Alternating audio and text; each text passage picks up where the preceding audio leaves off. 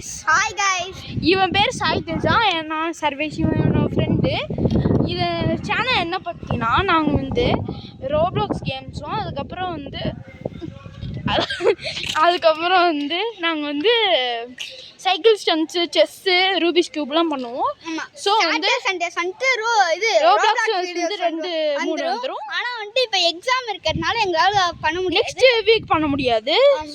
So வந்து நீங்கள் வந்து பார்த்துருங்க, நாங்கள் வந்து வீடியோஸ் பண்ணுறோம்.